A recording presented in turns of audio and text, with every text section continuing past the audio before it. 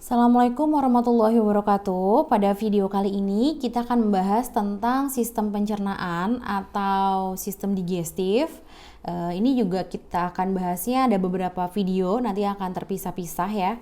Pada video kali ini kita hanya berfokus pada learning modul dari IFHIMA tahun 2018 terkait dengan sistem digestif.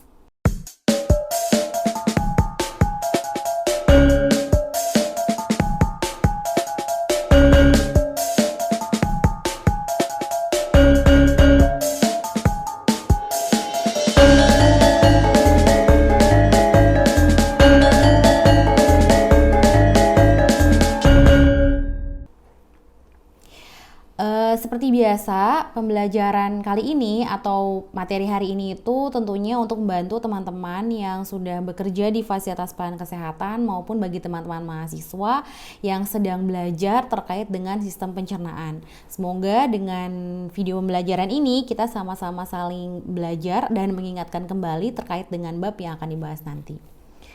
Disiapkan seperti biasa learning modul dari IFHIMA tahun 2018, learning modul nomor 6, Health Classification System ICD 10, kemudian ada buku ICD-nya juga, volume 1, 2, dan 3. Ini yang saya gunakan adalah versi dari soft file-nya, jadi bukan bukunya ya.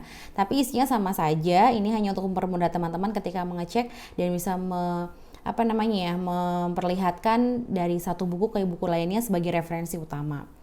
Baik, ini adalah tampilan dari learning modul nomor 6 Health Classification System ICD 10 ya. Ini pembahasan dari IFHIMA. Kita langsung pembahasan ke chapternya yang kita sebut tadi adalah sistem pencernaan atau digestive system. Digestive system itu kalau dalam struktur ICD itu ada di kode K ya, dimulainya itu terdiri dari K00 sampai dengan K93, itu mengklasifikasikan penyakit dan gangguan pada saluran pencernaan. Ini sambil saya coba cari untuk kode K itu atau untuk pembahasan sistem digestif itu, kita coba lihat ada di halaman, sebentar ya.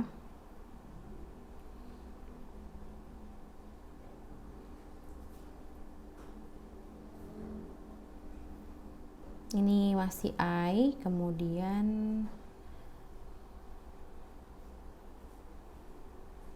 nah ini dia, this is of the digestive system.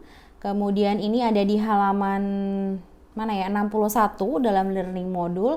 Di sini dijelaskan resumenya sebelum kita menggunakan ICD 10 gitu. Walaupun ini juga sebagai resume, tetap saja ada beberapa notes yang memang ditujukan dan harus di cross check untuk informasinya ke buku referensi utamanya, yaitu buku ICD 10, baik itu volume 1, 2, atau 3. Baik. Kita mulai pada bab ini. Jadi di sini dijelaskan pada paragraf pertama disebutkan bahwa pada bab ini atau pada bab digestive system ini terdiri dari tadi sudah saya sebutkan kode yang range-nya itu dari K00 sampai dengan K93 yang mengklasifikasikan penyakit dan gangguan pada saluran pencernaan gitu. Dengan exception atau ada beberapa yang dikecualikan, yaitu pada blok K40 sampai dengan K46 yaitu hernia. Kemudian kode pada range K00 sampai dengan K63 itu disusun secara anatomis dari mulai mulut hingga ke anus. Kemudian kode setelah K63 itu merupakan kondisi di organ utama lain yang berhubungan dengan pencernaan ya. Nah, di sini ada tanda, jadi have a look at the block K25 sampai dengan K28, ini ulcer. Jadi ditandai di sini bahwa K25 sampai dengan K28 itu adalah ulcer, di mana dia ada note-nya bahwa lokasi dari ulkus tersebut diklasifikasikan menjadi 3 karakter ya. Ada yang pertama ini posisinya ada di gastrik, ataukah di duodenum, ataukah dia di lokasi peptic site unspecified atau gastrojejunal gitu ya. Kemudian ada penambahan juga karakter keempat yang mengspesifikasikan atau menentukan apakah ulkus tersebut itu kronik ataukah akut ya di sini ya, kronik or with ataukah dengan disertai perdarahan ataukah ada perforasi ataukah keduanya.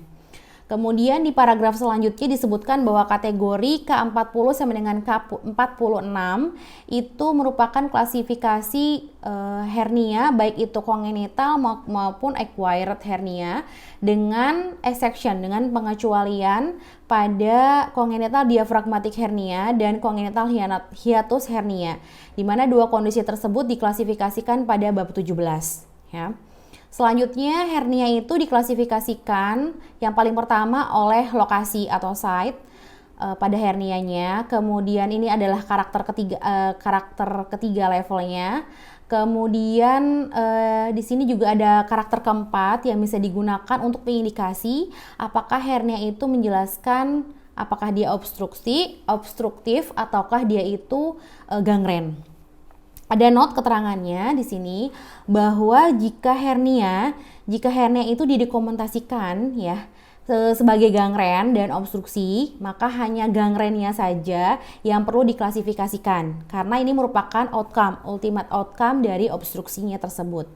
Kemudian hal ini katanya ini merupakan ada kode terpisah juga untuk unilateral atau bilateral inguinal hernia dan unilateral atau bilateral femoral hernia. Jadi di sini disebutkan bahwa ada kode terpisah untuk hernia inguinalis unilateral atau bilateral dan hernia femoralis unilateral ataupun bilateral. Nah, jika dokumentasi atau pencatatan dalam rekam medis tidak menentukan apakah hernia itu di mana lokasinya, hanya pada satu sisi atau pada di kedua sisi, maka dianggap itu adalah unilateral ya. Kemudian selanjutnya blok K57, diverticular disease of the intestine include diverticulosis, diverticulum, and diverticulitis at the 3 character level. The 4th character is used to classify perforation or abscess. Jadi di sini disebutkan pada blok K57 ini ada penyakit divertikulasi usus. Di dalamnya itu termasuk ada istilah divertikulosis, ada divertikulum juga bisa, dan divertikulitis. Kemudian pada tingkat ini adanya pada karakter ketiga. Kemudian ada karakter keempat yang disediakan juga untuk mengklasifikasikan apakah itu perforasi ataukah abses ya. Demikian untuk penjelasan video kali ini terkait dengan pengantar sistem digestif.